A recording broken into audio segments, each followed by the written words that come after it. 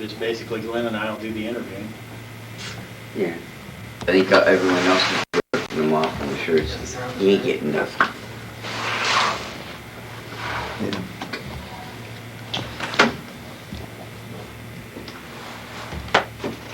These tapes are 2 hours, aren't they? The VHSs. So are you rolling?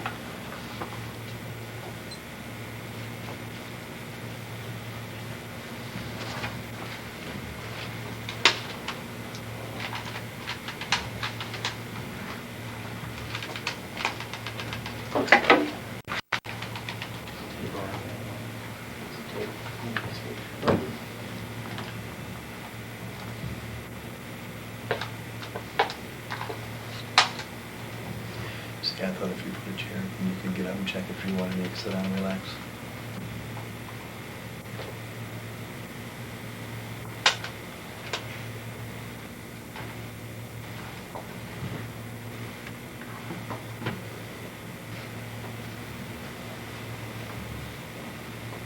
Okay, today's date is July 27th, 1998. The time is approximately 14:48 hours. We're at the Inyo County Sheriff's Office, main building, 550 South Clay Street, Independence, California. Present in the room is Larry Melton, M-E-L-T-O-N. What's your date of birth, Larry? 12/9/48. Also known as White Rabbit. Also myself, Investigator Jones with the Inyo County Sheriff's Office. DA Investigator Glenn Brewer with the Inyo County DA's office. Also at the request of Larry Melton is Bill Nelson. Also present is Bill's son Brian Nelson assisting in the videotaping of this. This is an interview that was scheduled to talk about some bodies that Larry says that he can show us where they are in Barker Ranch. This occurred murders occurred approximately 30 years ago, if I'm not mistaken, during when Manson was up in the Barker Ranch area. Now, Larry, you're doing this free and voluntarily, correct? Well, yeah, now, yeah. You're not in custody, right? No. Okay. Oh, no, I'm not in custody. And we gave you a plane ticket to travel out here from Austin, Texas, and we Yes. picked you up this morning at LAX and brought Yes. you up here. Okay. And what you just signed an immunity agreement that was written by Phil McDowell of the Inyo County District Attorney's Office, correct? Yes. And basically it lays out a couple of things that, well, I'll just go ahead and read it. I, Larry Allen Milton, also known as White Rabbit, agree to fully cooperate with the Inyo County District Attorney's Office in the investigation of a homicide case involving the death of 2 adult males and 1 minor female occurring on or about October 6, 1969 at Barker Ranch in the Panamint Range of the County of Inyo, State of California. I also agree to discuss my knowledge of the case truthfully with representatives of the Inyo County District Attorney's Office and the Inyo County Sheriff's Office. I further agree to accompany said law enforcement representatives to the location of the burial of the remains at the Barker Ranch location and to make all reasonable and diligent efforts to locate the remains of the 3 decedents.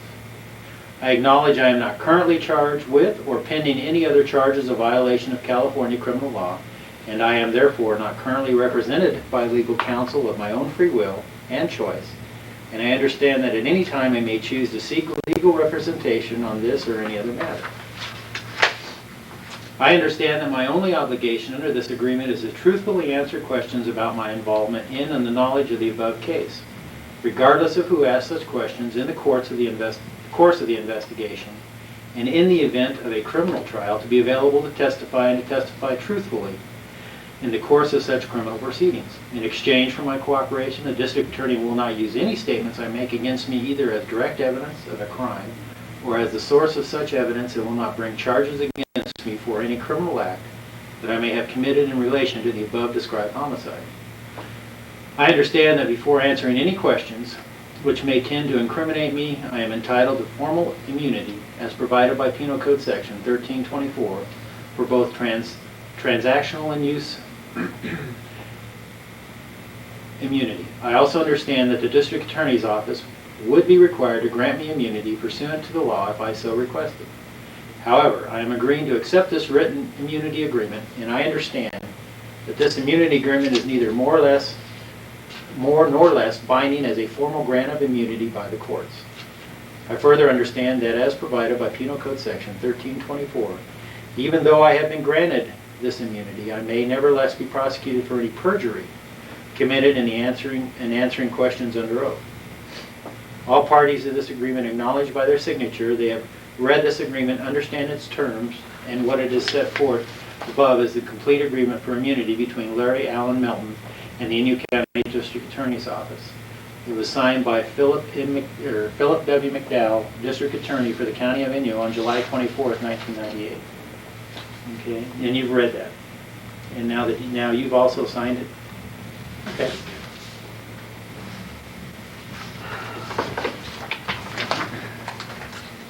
Thank you.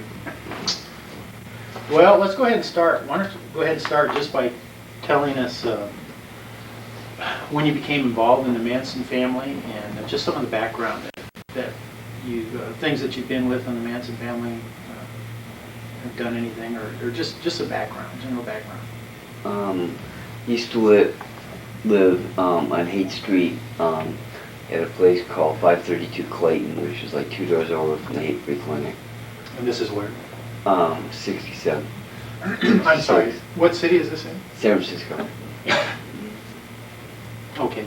And I lived in this commune and was taken in by my friends. I'd come in from Michigan and they started living there. And anyways, a guy by the name of Osley, who made all the LSD in those days, used to come to our house and bring us like 10,000 hits at a time.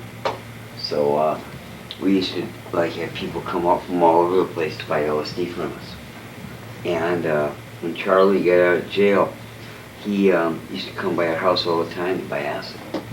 So I met Charlie, and he was living with Mary Bruner at the time, and he used to hang out at this house on Cole Street, and I used to go up there sometimes when he'd play guitar and stuff and listen to him play guitar. And I used to really enjoy the peace and quiet that was over there, the love that was there. And then he later he decided to leave San Francisco.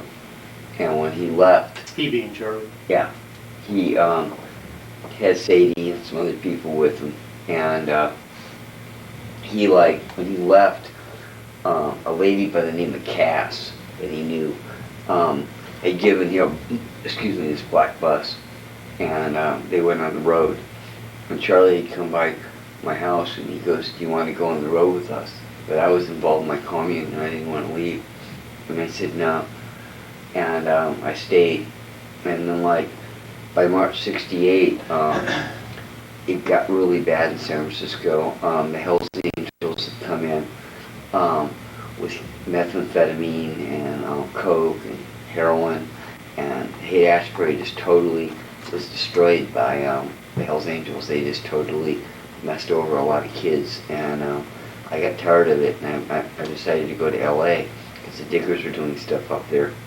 And so I went to LA to work for the Diggers in Hollywood. They had a house over by Hollywood and Vine that I was working with them at, and stayed over there, and I was there like a couple days crashing people, and went over to hitchhiking of Laurel and Laurel Canyon Boulevard, and I got picked up by a lady by the name of Gail Zappa. She had her baby daughter in the unit with her, and Gail picks me up and she asked me if I had a place to stay, and I said no, and they invited me to move in their house, and they were staying at this log cabin on the corner of Lookout Mountain and Laurel Canyon, across from Houdini's castle. And I moved in there. They had some caves in the back that Zappa was letting the hippies stay at. I stayed there about a week, and I went down to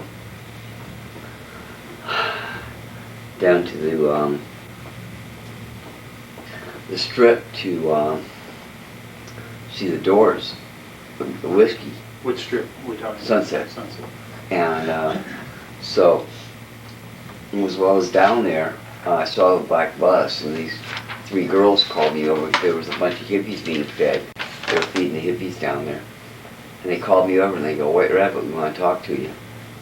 And it was Sadie, Katie, and some of the other girls. And next thing I know, they got me on the bus and they took my clothes off and I was making love with them.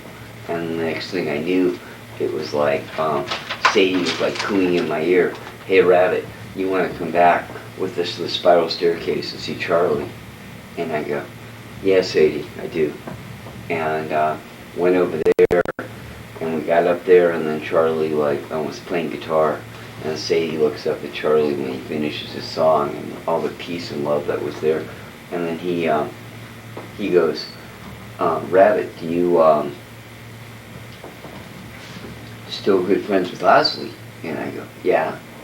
And he says, can you get acid? And I said, anytime. And he goes, Sadie, Katie, and one of the other girls, and then I went back in the back room and I made love to the 3 of them. And then he comes back there and he goes, you want to stay? And I go, yeah, Charlie. And at that point, that was it. And that's all I got in the family. And at that point, like, whenever like he needed acid, a lot of times, he'd just give me the money, and I'd go up to San Francisco, see Osley, score the crystal, come back, make the turn it into liquid, and then he'd send like Tex or somebody out to get me like 5,000-6,000 hits of vitamin C, and I'd double dose it and make it 500 mics, and then like I'd get 5,000 hits off the ground, and then Tex and Bruce and him were selling it. The 3 of them would sell it, and I never had to sell the stuff. They always got rid of it. And, So was that kind of like your main function was to yeah, get the I mean, acid? basically that's all I did. I mean, when we moved to the Spahn Ranch, I mean, it was kind of like, it was great, because, I mean, the bikers would come around, I didn't have to do nothing. All I had to do was like ball all day, sit there, whenever I wanted to do something. If Charlie needed acid, I got him acid. Other than that, I didn't really have to do much, you know. And that was all I really did. And then About how many people were in the family around this time? at different times, there was times there was like 6 or 7 guys and 35, 40 women at different times. I mean, so there was a basic core of maybe 20, 25 people, but there was like at different times with runaways and people coming in and out. It always fluctuated. I mean, there were times that, you know, he'd get pissed off at somebody, but there was a lot of times I split too. I mean, like Charlie would like give me money to go to San Francisco, and then I'd get up there. A couple times I'd take Sadie with me, and I'd get up there, and Dad or the airplane would play a concert, and I'd just call the ranch, and I'd say, hey Charlie, Osley's not making a new batch for 2 days or 3 days, and I'd put him off, and I'd just hang out and live at my commune, and go to concerts, and spend the weekend and stuff, go see the airplane, Dad, Big Brother, Janice, whoever. Then hop a plane and fly back. Because that was the days of PSA and the Midnight Flyer, and it was like $10 to fly back and forth to Los Angeles to San Francisco when it was cheap. What would Charlie say when you took a little extra time in coming back? He never bitched, because he didn't really, you know, if Osley was making it, you know, Osley was making it, you know, so you have to wait on him. That's just the way it was. But Osley always made pure LSD, so I mean, it was like, not like the weak stuff that's out now. I mean, you know, the real McCoy, it was like, you know, so 5,000, you get 5,000 hits, and 500 mics, you're talking like potent stuff. I mean, stuff that's out now is like nothing. So you lived at Spahn Ranch with the family for a while? How long?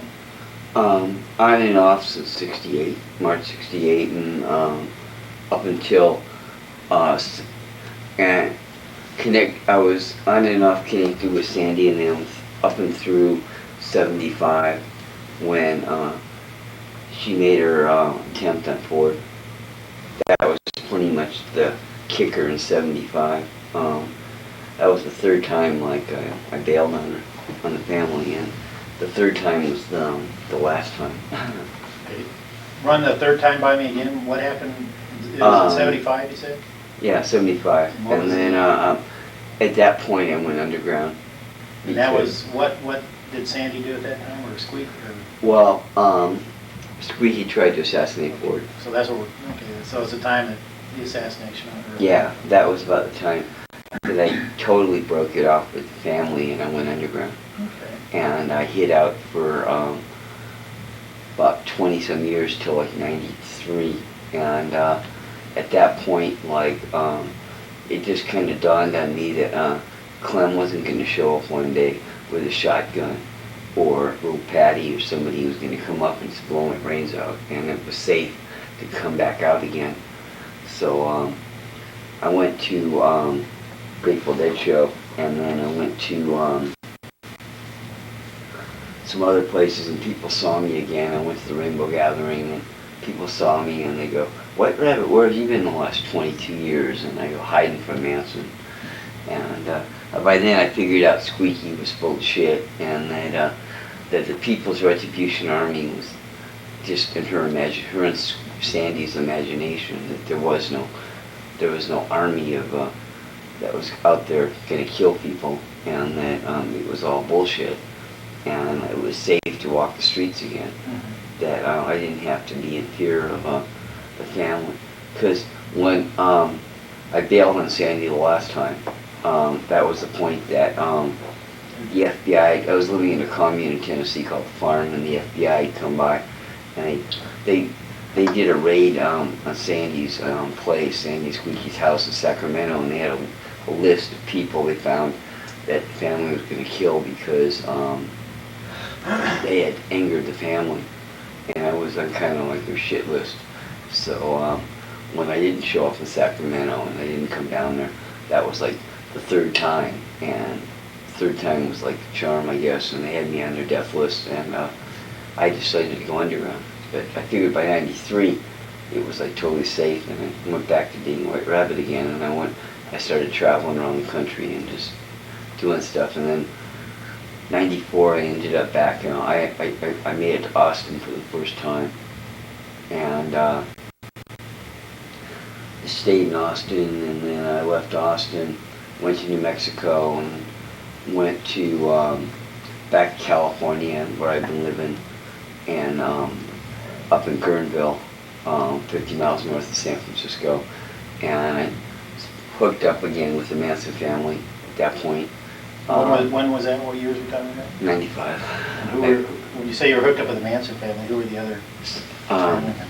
Susan Bartell, Country Sue, and she lives up there, and we became friends again. Everything was cool. She was downplaying the fact that she was in the family, and she had plastic surgery eliminating her ex. She's kind of like playing Christian now, and she's living up there and working like 2 days a week as a babysitter. So like she's been doing that kind of stuff, and I stayed in Guerneville for a year after I got out of jail in New Mexico and got on probation, and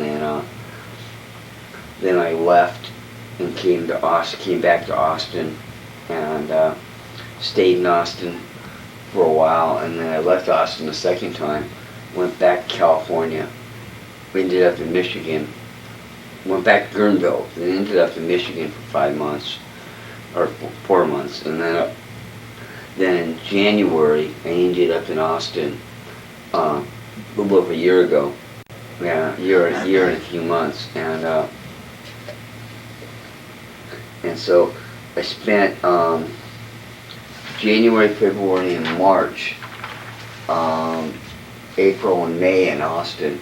Then I got arrested in Austin, put on probation, and then went to jail for 5 months, for 4 months in this one case, and a misdemeanor. Then I spent another 6 in jail. So almost 7. So about altogether, I spent about 10 months in jail, and then I got out just recently. March 18th, I got out on probation.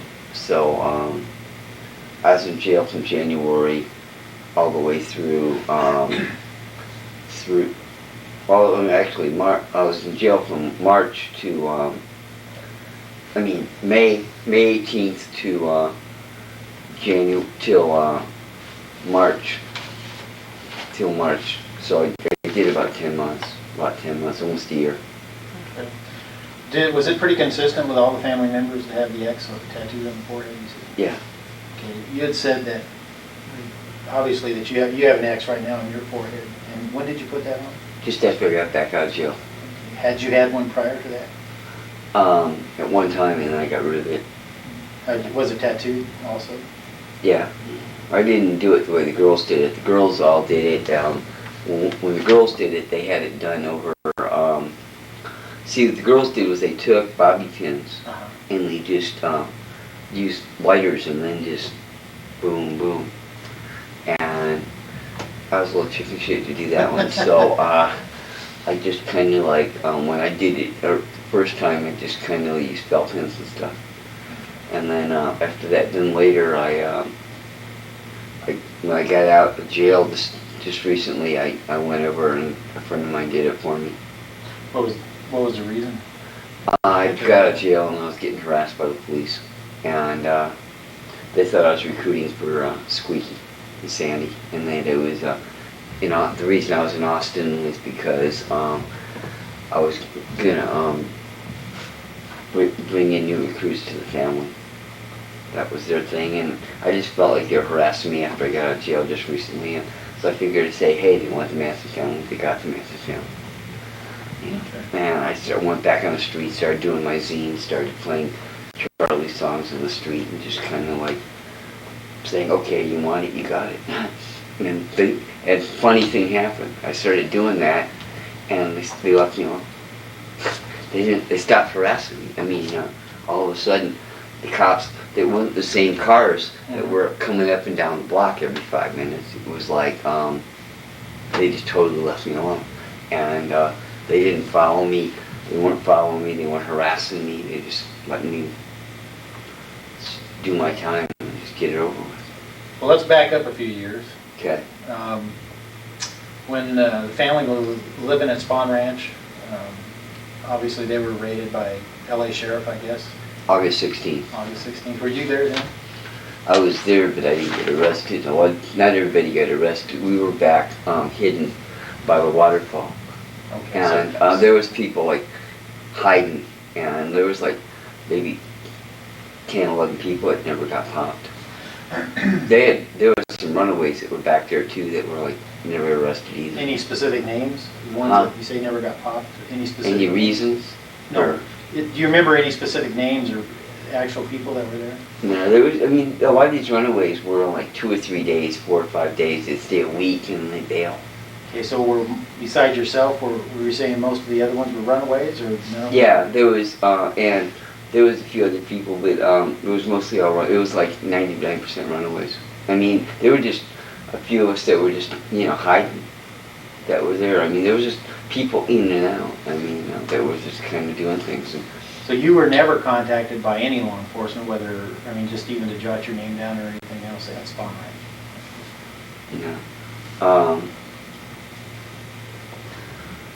That was the one good thing about Squeaky and Sandy. They kept my names out of a lot of stuff. They needed something done.